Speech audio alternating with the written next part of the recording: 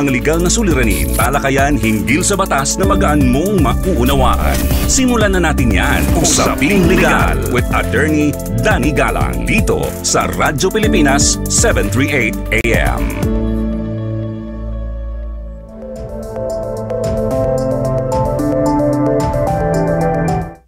Magandang araw sa inyong lahat. Ako po ang inyong lingkod, Attorney Danny Galang, at kayo nakikinig sa Usaping Legal sa Radyo Pilipinas, Radyo Publiko. Ngayon ay Sabado, March 15, 2025. Ayan ho, kamusta naman ho kayo?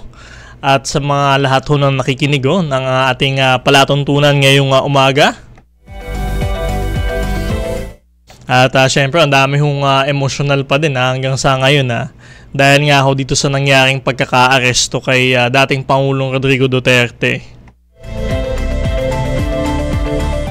Pag-uusapan ho natin yan mamaya at maaari din ho kayong mag-comment ho ng inyong mga saloobin tungkol ho doon sa nangyari. Napapakinggan ang Usaping Legal sa Radyo Pilipinas tuwing Sabado mula alas 11 ng umaga hanggang alas 12 ng tanghali. Tayo ay napapanood din sa Free TV dahil sa pagtutulungan ng Radyo Pilipinas at ng People's Television. Hanapin ang Usaping Legal at iba pang programa ng Radyo Pilipinas sa Channel 3 sa TV Plus at sa Channel 45 to 49 naman sa For the Box. Ang programa natin ay linggo-linggong tatalakay ng mga napapanahong isyong legal at nagpapaliwanag ng mga batas sa paraang simple at madaling maintindihan ng ating mga tagapakinig.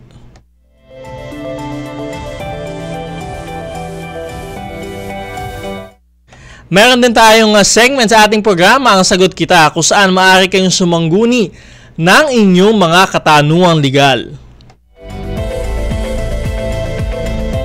Eto, paano nga ba makapag-tanong sa ating programa? Mag-text na inyong katanungan, komento o reaksyon sa ating programa sa cellphone number na 0917-626-1169, 0917-626-1169. At sa mga nasa Facebook naman, maaari din kayong mag-comment ng inyong mga katanungan sa ating live stream sa Attorney Danny Galang Facebook page at sa Facebook page ng Radyo Pilipinas.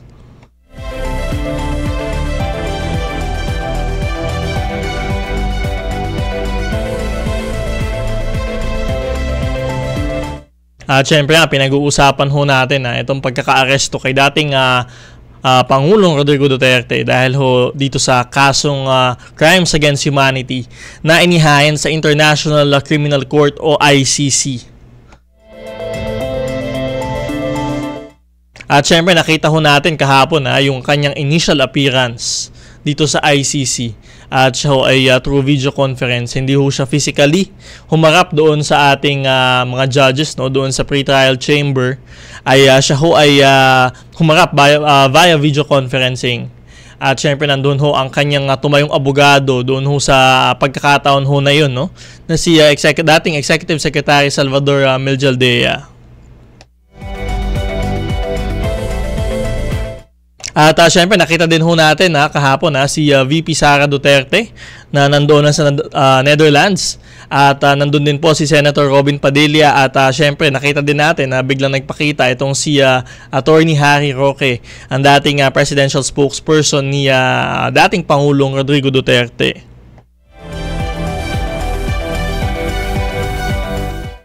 At syempre si Attorney Harry Roque ang isa sa mga list of counsel na Pilipino na may 5 list of counsel lamang ho dyan ng mga Pilipino, at isa po doon si Attorney Harry Roque, dating presidential spokesperson.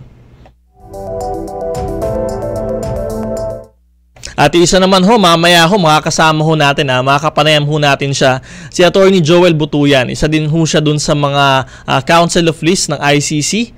So mamaya pakinggan nyo yung kanyang interview mamaya, at nandito lamang yan mamaya, kaya manood lamang kayo, makinig lamang kayo mamaya. Ilalabas natin yung interview natin kay Attorney Joel Butuyan.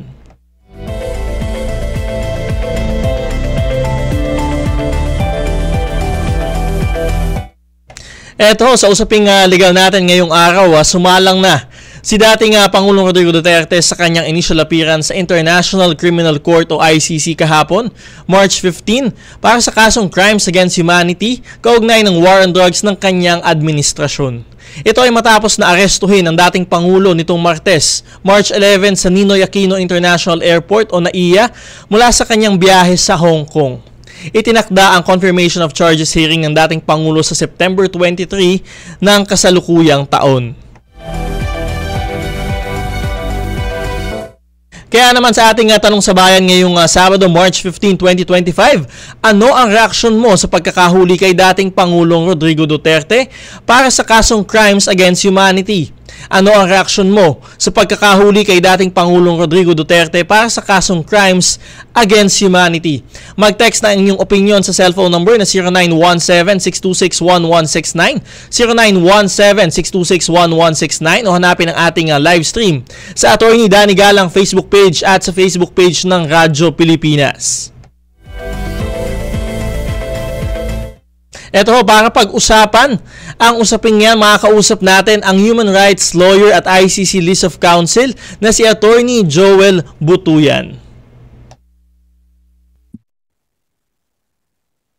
Magandang umaga, Attorney Butuyan. Attorney Danny Galang po ng Usaping Legal. Kayo ay napapakinggan sa Radyo Pilipinas at napapanood din ho sa PTV.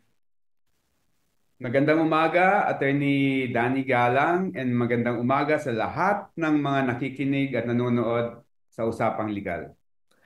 Attorney Butuyan, nagkaroon po ng initial appearance si dating Pangulong Duterte sa ICC kahapon. Ngayon, sir, maaari niyo po ba kaming sabihan po sa amin, walkthrough po sa amin yung magiging proseso ho sa ICC pagdating ho sa kasong ito? Pagkatapos ng kanyang initial appearance kahapon, ini-expect natin na magpa-file ng several applications o motions si former President Duterte, and sinabi na rin ng kanyang mga legal advisors ng mga Filipino, no? Unang-una, sinasabi nila na mag-apply sila ng interim release. Mag-file sila ng application for interim release, na ibig sabihin ay habang lilitisin yung kaso niya, dapat makalabas muna siya, no, ng detention center. Pangalawa, i-question nila yung validity ng issuance and implementation ng warrant of arrest, no? And then pangatlo, we would expect, since kasama sa mga argumento nila, na magpa-file sila din ng challenge sa jurisdiction ng ICC. Sasabihin nila na wala nang jurisdiction ng ICC dahil hindi na miyembro ang Pilipinas sa ICC. Alright, sir, kung kunyari po hindi maging matagumpay ho, no, yung mga interim reliefs po nila, paano uusad yung kaso? May mga paglilitis na ho bang gagawin hanggang dun sa makarating na ho, dun sa pag-desisyon ho ng ICC? Oo. Ang susunod na proseso doon ay yung tinatawag na confirmation of charges, no? Ito yung proseso na yung pre-trial chamber, yung 3 judges na babae, i-review yung charges na ginawa na final ng prosecutor, no? Titignan niya kung may basihan, at kung may basihan, doon pa lang pupunta sa trial yung kaso, no? Tapos doon sa may confirmation of charges, magsasagutan yan, no? Ang prosecutor magpre-present ng kanyang ebidensya, no? Lalabas sa mga argumento, ilalabas niya lahat, no? Yung basihan kung bakit may substantial grounds yung charges na kanyang inihain sa ICC. Yung kampo naman ni former President Duterte, mag-file din yan ng kanyang ebidensya at mga argumento para sabihin na walang basihan, groundless, baseless yung final ng prosecutor, so dapat ngayon pa lang i-dismiss na, no? So and then kung ano man yung decision ng pre-trial chamber sa confirmation of charges, mayroong karapatan na i-apila ni Pangulong Duterte yung decision na yun, no? So pagkatapos, kung halimbawa i-confirm ng pre-trial chamber yung charges ng prosecutor, doon magko-constitute ng trial chamber yung presidency ng ICC. Ito na yung three judges who will handle the trial, the presentation of evidence by both parties, by three parties actually, because you have the prosecutor, you have the victim's counsel, and you have the defense counsel. Alright, sir. You mentioned kanina dun sa interim reliefs po, no? So, isa sa pwede nilang hingiin yung panandaliang pagpapalaya po, no? Kay dating Pangulong Duterte. Sa tingin niyo po ba, posible ho ito at maaari po ba siyang makabalik pa dito sa Pilipinas habang ginagawa yung trial? Sa aking assessment, mahihirapan, no? Ang standards ng pag-grant sa application for interim release, una titignan ng mga judges yung gravity of the crimes charge. Ano yung seriousness ng crimes charge, no? And whether or not there are urgent and exceptional circumstances, no, to justify interim release. So talagang dapat napakatindi nung rason mo kung bakit i-grant yung interim release, no? Hindi ibig sabihin na matanda ka na at hindi ka na makatakbo i-grant yan, no? Hindi yan exceptional and urgent na circumstance kasi halos karamihan ng mga kasama ni former President Duterte sa kulungan ngayon sa ICC puro mga kaedad niya, no? So hindi magiging factor. Hindi rin magiging automatic factor na sasabihin niya meron akong sakit, no? Kasi kung meron man siyang sakit, dadalhin siya sa hospital, gagamutin yung sakit niya, bibigyan siya ng medicine, and kung pupwede na siya, babalik ulit siya sa detention center. Alright, sir, and we saw nga po talagang may handa-handa nga po yung ICC na detention center, no, para sa mga kaukulang mga medical ho, no, na pangangailangan ng dating Pangulo. Sir, ito ho, kung sakaling makatulang guilty, ano ho yung posibleng kaharapin niyang parusa at kasama ho po ba dito yung reparations o yung pagbabayad ng mga danyo sa biktima? No. Ang penalties kung mahatulan siyang guilty, ang pinakagrabe ay 30 years of imprisonment. Pero kung pinakagrabe talaga po, pwedeng life imprisonment yung sentensya sa kanya. And kung ma-convict siya, sabihin may kasalanan siyang krimen, automatic yan na meron din siyang kasalanan civil, no? Yun yung reparations, no? So pagkatapos ng conviction, doon magkakaroon ng hearings on reparations. Kung sino yung mga magiging entitled sa reparations ng mga biktima at kung magkano or kung anong klaseng reparation yung ibibigay sa kanila. Alright, sir, malinaw po yan na mahaba-haba po pala talagang panahon, 30 years ho, no? Ay naasahan natin na pwedeng maging hatol kay dating Pangulong Duterte. Sir, aasahan din po ba natin yung pag-aresto kina Senator Bato de la Rosa at iba pang opisyal ng PNP kaugnay ng war on drugs ng dating Pangulo? Hindi malayo yan, Atty. Galang, no? Kasi kung babasahin mo yung warrant of arrest against President Duterte, ang description sa kanya doon ay indirect co-perpetrator. So kung co-perpetrator ka at indirect, I'm sure merong direct at merong ibang co-perpetrators, no? Saka kung babasahin mo yung mga binabato sa kanya na mga ebidensya kung bakit siya involved sa krimen, kasama doon yung pag-design niya at pag-implement ng Project Double Barrel, no? Sino ba yung pumirma doon sa may Project Double Barrel na yon? Alam naman natin kung sino, no? So at the time Chief PNP, now Senator Bato de la Rosa, no? So hindi malayong pati siya ay masasama, no, sa subsequent na warrant of arrest. Ang isa pa doon na sinasabi ay nagbigay siya ng mga insentibo at reward, no, sa mga nag-implement ng mga killings, no? Sino ba yung naririnig natin na sa mga testigo, sa mga naglabasan na nagsabi na ng mga nangyari nung mga panahon na yon na taga-handle ng pera, no? Na nagbigay ng pera para sa mga reward. Isa ring senador na malapit kay former President Rodrigo Duterte. Alright, sir. Katulad po ninyo, isa si dating presidential spokesperson Harry Roque sa ilan sa mga abogado na pinapayagan na maglitis sa ICC. Sa tingin niyo po ba magiging parte ho siya ng defense team ng dating Pangulo? Noon pang magkasama, meron pang unit team, no? At lumalabas na yung issue ng ICC.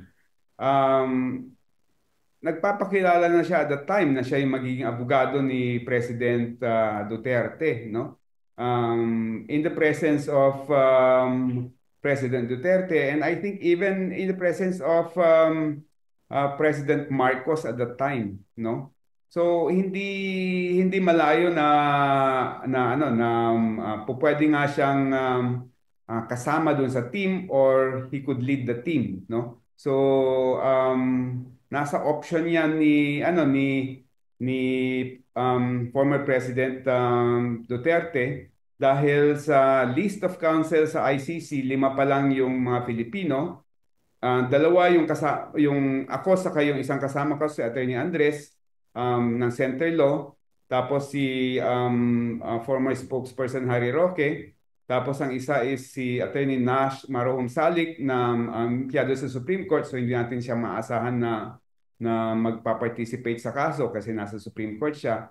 Tapos isang private practitioner na si Attorney Charles Jansen Chua, no? Hindi naman namin naririnig na siya ay gustong mag-i-involve sa kasong paglilitis ni President Duterte. So it's either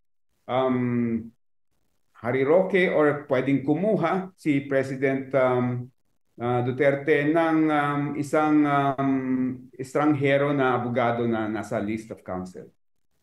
Although sir, pero yung mga abogado po niya ngayon, katulad nga po sinasabi sila dating Executive Secretary Salvador Meljaldea at sila Attorney Bello, may hirapan ho ba sila na maidagdag dun sa list of counsel para ho sila yung maging abogado talaga ni dating Pangulong Duterte? Si Attorney Mejaldea binigyan ng emergency accreditation, no, para mag-appear lang dun sa may initial session kahapon, no. Pero for that particular purpose lang kasi nga hindi mo man naman may expect si Mr. Duterte na makapili ka agad ng abogado niya dahil kararating nga na wala pa isang araw pa lang siya sa The Hague, no. So binigyan ng emergency accreditation for the particular purpose of appearing for yesterday's session, no? Pero sa trial, kailangan niyang kumuha talaga ng abogado na nasa list of counsel. And sa experience ko, medyo mahirap din kasi maraming nire-require. You have to prove that for at the very least 10 years, you have been extensively involved in criminal law litigation, no? Kailangan mong bigyan ng mga dokumento to prove that you are really you really have the experience of a criminal litigator for at least 10 years. Alright, sir, talagang tedious nga ho yung kinakailangan na experience, no? Sir, panghuli na lamang ho, no? Medyo naging controversial ho itong nagdaang linggo. May mensahe po ba kayo sa ating mga kababayan na sumusunod ho, no, sa kasong ito? Doon ho sa mga biktima ng extrajudicial killings at doon naman ho sa mga taga-suporta din ni dating Pangulong Duterte. Sa ating mga nagkaroon ng mga miyembro ng pamilya, mga kaibigan, mga kamag-anak, na naging biktima ng mga pagpatay, mga karumal-dumal na pagpatay ng panahon ng administrasyon ni Pangulong Duterte, no? Ito na ho yung inaantay natin, inaasam-asam natin na hustisya na hindi natin nakamit sa 9 na, no? Since nagsimula yung mga tens of thousands na patayan sa ating bansa. Kumbaga yung version natin ng Holocaust. Ito na ho yung pagkakataon na makakamit natin ang hustisya para mapanagot yung mga taong pumitil sa buhay ng ating mga mahal sa buhay. Suportahan ho natin ito, no? At ipaliwanag natin sa ating mga kababayan, sa inyong mga kasama sa mga communities ninyo, na ito lang yung paraan na makamit natin yung hustisya kasi talagang sa sistema natin sa Pilipinas ngayon, walang pag-asa na makamit natin yung hustisya, no? Matagal na nating inaantay yung administrasyon ng Pangulong Marcos, no? Na talagang magkaroon ng investigasyon, ng masinsinang investigasyon, pero hindi nangyayari. Ang ginagawa nila is gusto nilang yung mga biktima ang magsimula ng kaso na hindi dapat. Kasi kung krimen yan, krimen yan against the people of the Philippines. So yung gobyerno dapat yung magsisimula para magkaroon ng mga kaso, magkaroon ng totoong investigasyon laban sa mga taong responsible for those heinous and crime against humanity that were committed during that time. Alright sir, malinaw ho yan. Meron ho ba kayong mensahe naman doon sa mga taga-suporta ho ni dating Pangulong Duterte? Kung meron man ho. Sa mga naniniwala, no, sa dating Pangulo, subukan ho nating isang tabi yung emosyon, no? Subukan nating isang tabi yung ating mga prejudices, no? At ilagay ninyo yung sarili nyo doon sa kalagayan ng mga namatayan. And tingnan ninyo kung hindi maantig yung puso nyo na talagang sobrang hindi makatarungan yung mga nangyaring patayan, no? Na ulila ang maraming bata, no? Na wala na mga breadwinners yung mga pamilya, no? Dahil lang sa suspicion, no? Na sila ay gumagamit sa droga, sila ay nagbibenta ng droga. Kahit na totoo man yun, na meron man silang pagkakasala, hindi yun rason para kitilin yung kanilang buhay, no?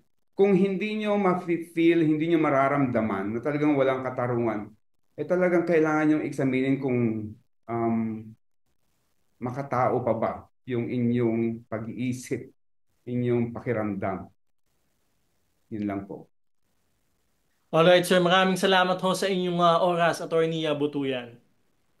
Maraming salamat, Attorney Galang. Si Attorney Joel Butuyan, Human Rights Lawyer and ICC List of Counsel. Sumangguni at pakikinggan. Mga karapatan pati na ang saligang batas ay klarong ipapaliwanag. Usaping Legal sa Radyo Pilipinas 738 AM. Nagbabalik ang Usaping Legal dito pa din sa Radyo Pilipinas, Radyo Publiko.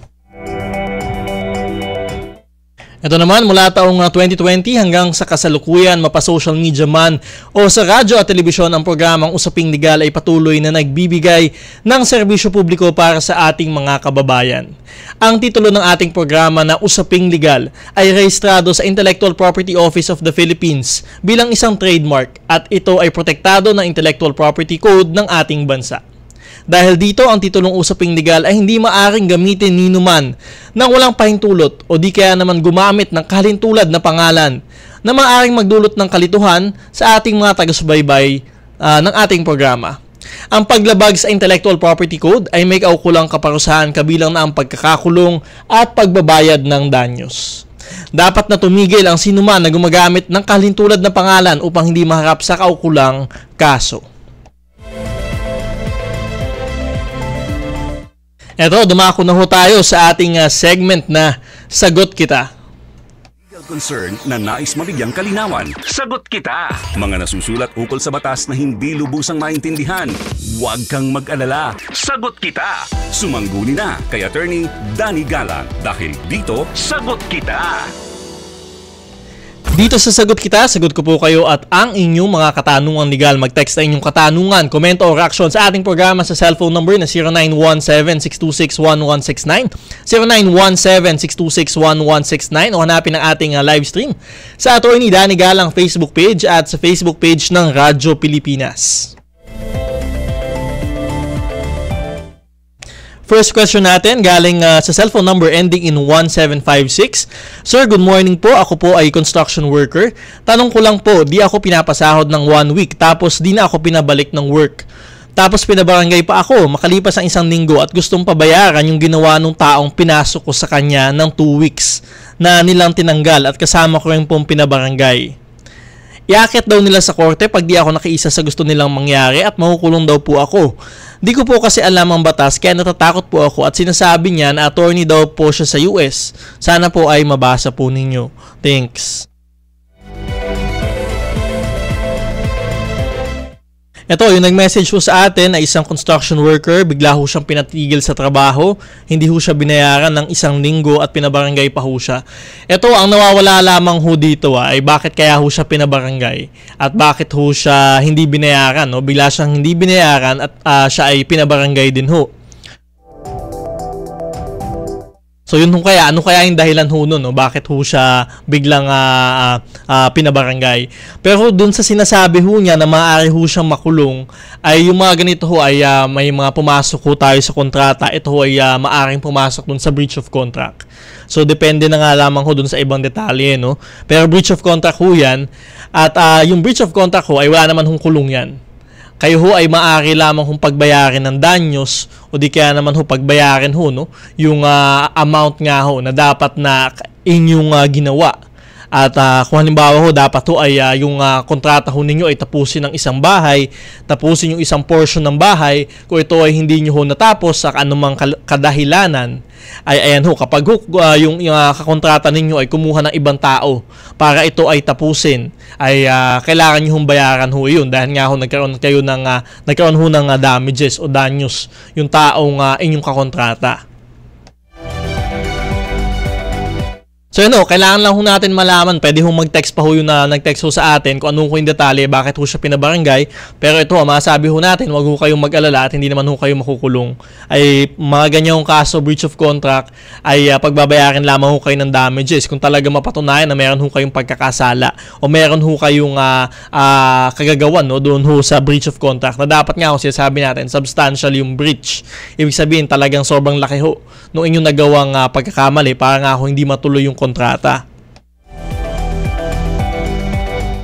At ayun ho, kung nakikipag-ayos ho sa inyo sa barangay, ayun ho, subukan nyo pong makipag-ayos. Subukan nyo hong tanongin yung tao bakit nga ho kayo pinabarangay at ano ho yung kailangan nyo ho talaga. At wala naman hong di maayos, no? Hindi ho maayos sa matinong usapan sa barangay. At ayun ho, maaari pa ho kayong mag-message ho sa atin para ho sa iba hong detalye.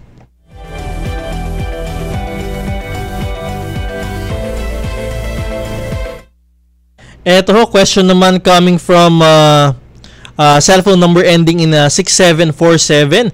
Magandang umaga po, attorney. May tanong po ako sa inyo. Ako po si Ralphie. Nahuli po ako ng coordinator ko na nagta-time padding po. Walang duty tapos nilagyan ko po. Pwede po ba ako ma-terminate dyan agad, attorney?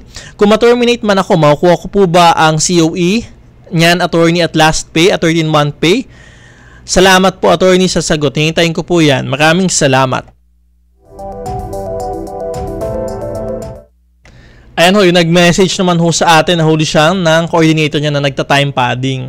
So ito ho, mga ganito ho ay sa ilalim ho ng ating labor code, maaari ho yan pumasok sa serious misconduct. At yung serious misconduct ho, isa ho yan sa ground para ho ma-terminate ang isang empleyado ng kanyang employer. So sinasabi nga ho natin, yung mga regular na empleyado, ginagarantihan ho yan ng security of tenure. Pero kung meron ho tayong tinatawag na just causes, kung saan maaari ho kayong matanggal sa trabaho, basta ho meron ho itong sapat na dahilan at dumaan ho sa proseso.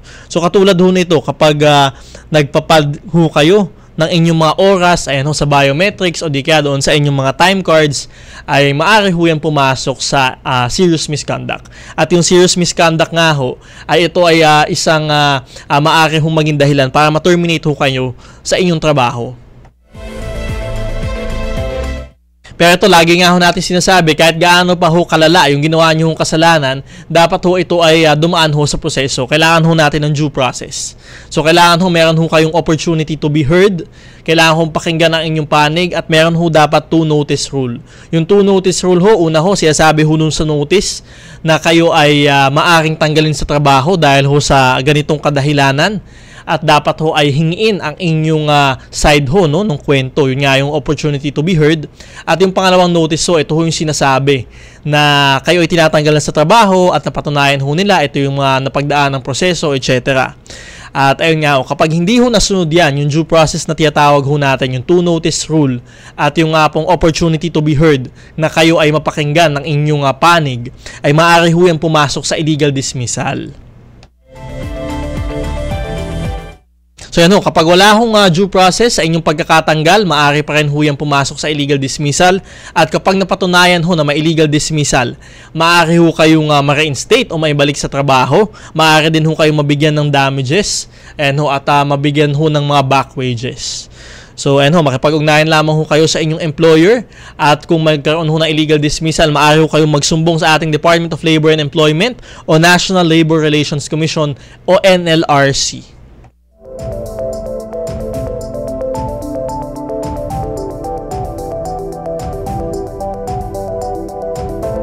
Ano, ang dami hong nag-message sa atin sa ating tanong sa bayan ngayong March 15, 2025. Ano ang reaksyon mo sa pagkakahuli kay dating Pangulong Rodrigo Duterte para sa kasong crimes against humanity? Magbasa lamang ho tayo ng ilang mga mensahe ho natin, ha? From cellphone number ending in 5011 from Bohol. Ayan ho, happy viewing ho, happy listening sa ating mga kababayan ho sa Bohol. From Bohol, listeners, deserve lang sa kanya ang yabang niyang magsalita dito sa PH, pero doon sa ibang bansa parang sisyo na nababasa.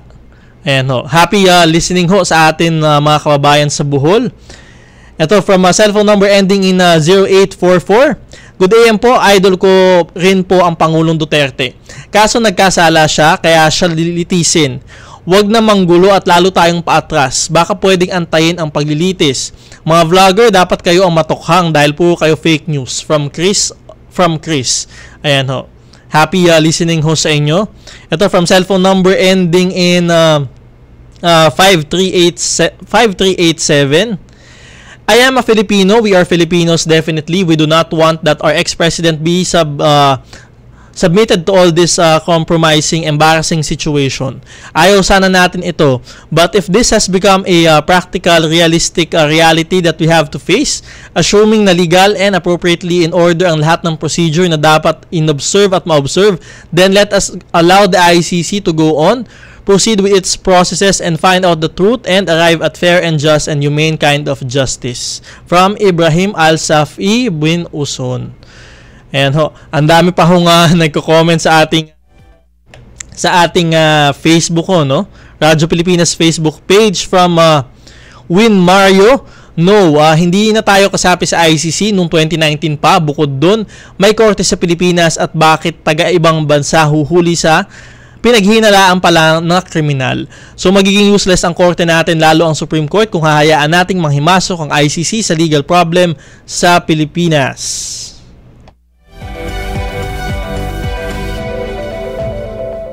At syempre, tuloy-tuloy lamang ho inyong mga messages ha. At kahit ho tayo ay tapos na ho yung ating programa, naka-upload naman ho ating mga video sa ating Facebook at Attorney Danny Galang Facebook page at sa Radyo Pilipinas Facebook page. Maaari po kayong mag-comment pa rin ng inyong mga saloobin ho tungkol ho dyan. From Renny Balasi naman, umiiral pa naman ang judiciary ng Pinas. Bakit kailangan pa ang ibang bansa? From Mitch Esguera, yes, dapat lang na managot siya. And from Rhea Makilan, hindi dahil di tama ang pag-aresto, walang arestwahan pero nakadetain kahit abogado bawal lumapit.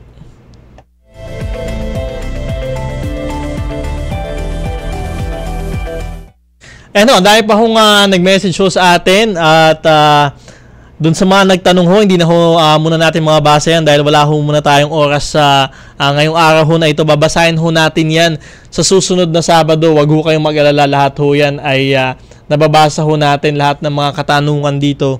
Lalo na ho yung mga legal questions ho, no, para sa ating programa.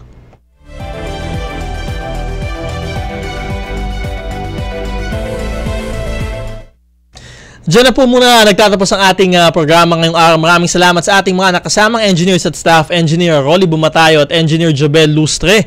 Magkarinigan ulit tayo sa susunod na Sabado, alas 11 ng umaga hanggang alas 12 ng tanghali dito pa din sa Radyo Pilipinas, Radyo Publiko. Muli, ako po si Attorney Danny Galang. Mag-ingat tayong lahat.